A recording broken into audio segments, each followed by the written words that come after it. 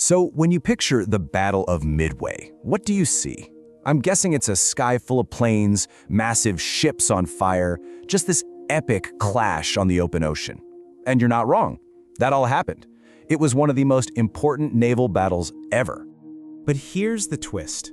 The real knockout punch, the moment that decided everything, it didn't happen in the middle of the battle. It happened weeks before, hundreds of miles away from any ocean in a stuffy, windowless basement. So yeah, let's get into how this incredible ambush was really set up.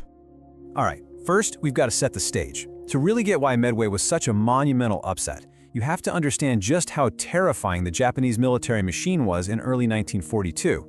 I mean, they were a genuine, honest-to-God naval juggernaut that had basically steamrolled everyone. Just look at this list. In only 6 months, they'd built a massive empire. After the shock of Pearl Harbor, they just kept going, taking the Philippines, Singapore, you name it. The Imperial Japanese Navy looked completely and totally invincible. For the Allies, the situation was, frankly, starting to look hopeless.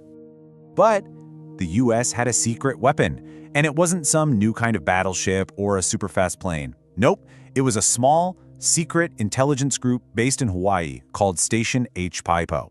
And this is where the trap for the most powerful navy on Earth was about to be laid. The whole thing hinged on cracking a code called JN-25.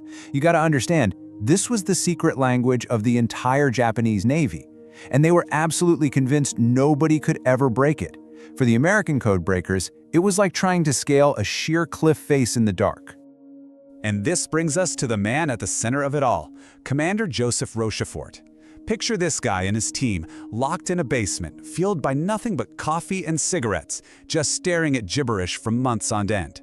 They were absolutely exhausted, but they just knew that the entire fate of the war could come down to them being able to read Japan's mail. And this is where Rochefort pulls off one of the greatest bluffs in military history.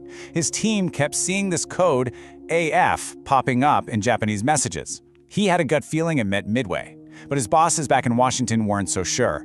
They thought it might be somewhere else entirely. Rochefort needed to prove it, so he came up with this brilliant, simple idea.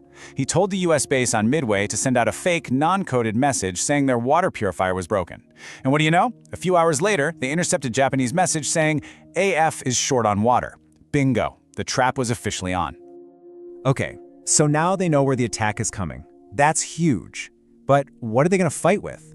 The US fleet was pretty banged up, especially the aircraft carrier USS Yorktown. It had been hammered in a previous battle. If they were going to have any shot at this, they were going to need an absolute miracle. And a miracle is what they got. Admiral Nimitz looked at the Yorktown, which engineers said would take 3 months to fix, and basically said, you've got 72 hours. 3 days. That's it. 3 days to get a crippled aircraft carrier ready to fight for its life. It was complete, organized chaos. Thousands of workers, welders, electricians, you name it. They swarmed the ship, working 24/7. They were literally patching holes in the hull while the ship was still being refueled and rearmed. It was just an unbelievable display of grit and determination. I mean, really, this was American ingenuity at its absolute best. The Japanese military was known for its rigid, by-the-book planning, but in that Pearl Harbor dry dock, it was just pure, chaotic improvisation. A frantic race against the clock that, against all odds, got a third, absolutely vital aircraft carrier into the fight. So, let's jump to the battle itself. Because even with the element of surprise on their side, the Americans were still the underdogs. A big reason for that? Their planes were, to put it bluntly, just not as good as what the Japanese were flying. And this really shows you what they were up against. The Japanese Zero was like a sports car, super fast, could turn on a dime, but it had no armor. It was a glass cannon. The American F-4F Wildcat, on the other hand, was like a pickup truck. Slower, clunkier, but it was tough. It was armored and could take a real beating. So for American pilots, it wasn't just a dogfight. It was a desperate struggle against a superior machine. And this disadvantage was never more obvious or more tragic than with the torpedo bombers. The American TBD Devastator was just old. It was slow, it was clumsy, and to drop its torpedo, it had to fly in a straight, level line, really low to the water. They were essentially flying targets. It really was a suicide mission, and every single one of those pilots knew it. They were almost all shot down. Entire squadrons were just gone. But their sacrifice, their incredible bravery, was not for nothing. They accomplished something absolutely critical. They lured all the Japanese fighter planes down to sea level to attack them, and that left the skies above the Japanese fleet completely defenseless. Because way up high, thousands of feet above the chaos, the real threat was just arriving. The sacrifice of those torpedo pilots created the perfect opening. The ambush was about to be sprung in what would become the 5 most important minutes of the entire Pacific War. Just think about how fast this happened. The American dive bombers, the SBD Dauntlesses, spot the carriers below. With all the Japanese Zeros busy down at sea level, there's nothing to stop them. They roll over, point their noses straight down, and just scream towards the ocean, the G-forces crushing them into their seats. And then, damn.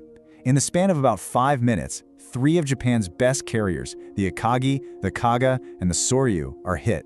And this is exactly why those hits were so catastrophic. The American planes caught the Japanese carriers at the worst possible moment. Their flight decks were a mess of live bombs, torpedoes, and fuel hoses. Their own planes were gassed up and ready to go. The Japanese carriers weren't just ships, they were floating bombs waiting for a spark. The American dive bombers provided that spark. And just like that, in less time than it takes to make a cup of coffee, the entire war in the Pacific had been turned on its head. The heart of the Japanese Navy had been ripped out. But the battle wasn't quite over yet. There was one Japanese carrier left, the Hiryo, and she fought back hard, launching her planes and managing to find and cripple the Yorktown, the very same ship that had been miraculously repaired. But it was the last gasp. American planes found the Hiryo soon after, and she went down in flames just like the others. And tragically, the damage to the Yorktown was just too much. She was lost too. So when all the smoke cleared, this was the final score. Japan, 4 carriers lost. The US, 1. But it was more than just the ships. Japan lost hundreds of its best, most experienced pilots, men they could never replace. It was a blow they would never, ever recover from. And this all comes back to our main idea, right? The Americans didn't win at Midway because they had more ships or better planes. They didn't. They won because of a codebreaker who followed his gut, a shipyard full of workers who did the impossible, and pilots who flew straight into oblivion to give their buddies a fighting chance. The Battle of Midway is so much more than just a story about a famous battle. It's a lesson. It makes you ask a really fundamental question. When it all comes down to it, what really wins a war? Is it just having the biggest army and the most firepower? Or is it having the right piece of information at the exact right moment?